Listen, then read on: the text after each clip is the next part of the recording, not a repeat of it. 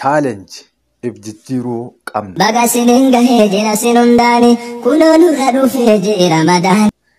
Social meediyaan keenya hundi baatii kana keessa jijjiiramuu qaba. Maaliin?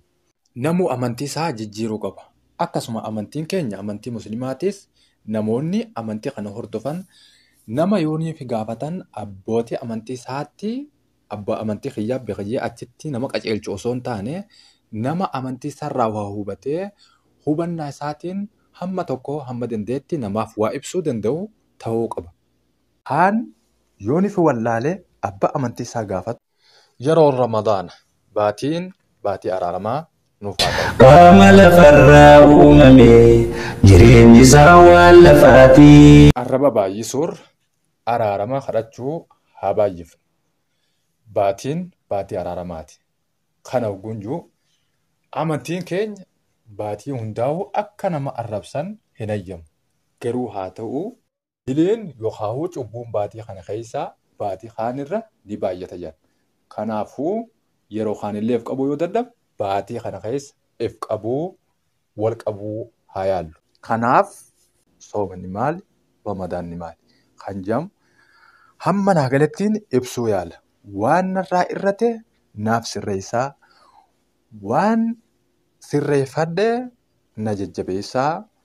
Assalaamu alaikum warahmatullaahi wabarakaatuh. Baga geessan.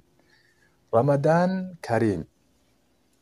Soomana jecha jedhamuu fi Ramadaana jecha jedhamu akkamitti gale? Akka nama amantaa kana hordofuutti yooniif jettan ani akka itti naa galutti akka asirratti dubbisee isin garsiisu kan. Waan irratti immoo itti naa guutuun isin bira jira. Afaan Arabii kanaan ta'rifu sawm jedhee dhiyeesse.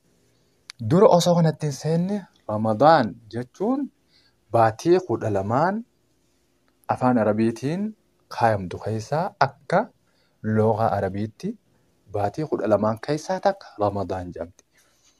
Sawmana jechuun baatii tana keessa baatii guutuu waan daangaa itti godhamerraa if qabanii jiraachuu. Ramadaan bira kunnee sawm jecha jedhamu kanatti hogguu dhufnu ta'rifu sawm sawmana jecha jedhamu ni beektaa kan jedhamu akka gaafii dhiyeesse. Sawmanni asiyaamuun loogaa al-imsaak. Sawmana jechuun akka laanguweechi yookaan Arabiidhaatti akka Arabiitti yookaan laanguweechiitti if qabu. Wahuma hundarraa if qabuun soomana jedhama. Ragaan isa kanaa yookaan qura'aanarraa ragaan waan kana mirkaneessu maali kan jedhamu qaala Allahu ta'aalaa rabbiin inni nazartu lirrahmaani sawmaa akkana jedheeni Maryamaa yookaan Maaramii kan jarrijuun yeroo ilmasii isaa deessee ummanni Yahudaa maal akkamiin jara kanaan ja'a jettee isin rakkatte akkana jeen inni nazartu lirrahmaani sawmaa akkana. Lubbuun samiirraa dhufti waan samii dhufeen jiraatti. Ayaatni kun itti fufa waan qabuuf ayata 26 suuraa Maryam. Ammoo sawmaa jechuun asitti ayil imsaak wasumtan if qabuudha. Caal jedhee if qabu. Namatti dubbachuu dhabee if qabu jechuma jedhamu gabaabumatti. Namatti arra hin dubbadhu if qabu. Ayaanni kun gara dubaa hogguu deebine ilaalle waqarri aynan fa'immaa tarayyinna min albashari fa'uuli inni nazartu lirrahmaani sawma. Hogguu ilmi namaa tokko dhufee si gaafate. Ammoo ati ilmoo dhaltetti gammadi. Hogguu ilmi namaas dhufee si gaafate. Ani rabbiif jechaan if qabe jiini jecha jedhamu rabbiin ibseef Maryamaaf. Sawmaa jecha jedhamu waan laalaa jirruuf amma laanguweechi yookaan loogaa Arabaatti sawmaa jechi jedhamu sawmana jechuun if qabu jechuudha. Walumaa galatti yeroo Yahuudonni Maryamii yookaan Maaramii dhufee maal ati sagaggaaltuu warri keessan hin taane warri keessa warra nagaati maaltu kanaan dhufe hogguu janitti aniif qabeen jira nama dubbisuurraa jecha jamoo kana qabattee hamma ilmi sii dubbatee ani nama rabbiin argate yee hin himinetti isiin hin dubbanne. Walumaa galatti sawumaa jecha jamoo barbaadu jirra waan ta'eef sawumaa jechuun callisuu jechuu waan takkarraa if qabu jechuu gabaabdumatti akkasittiin hubadha. Ammoo shara'an akka amantiin ibsutti akka amantiitti ibsamutti akkami? Sawumana jechuun akka amantiitti yookaan abbootiin amantii himanitti yookaan amantiin itti ibsututti osoo laangweechi irraa buunee amma afaan irraa buunee akka amantiitti akkami sawumana jechi jamu kan jamu waliin haa ilaallu. Soorri lubbuu tajaajilu dhangaan imaanaa dhikrii quraanaa. Akka Arabiin kun dubbatutti akkana.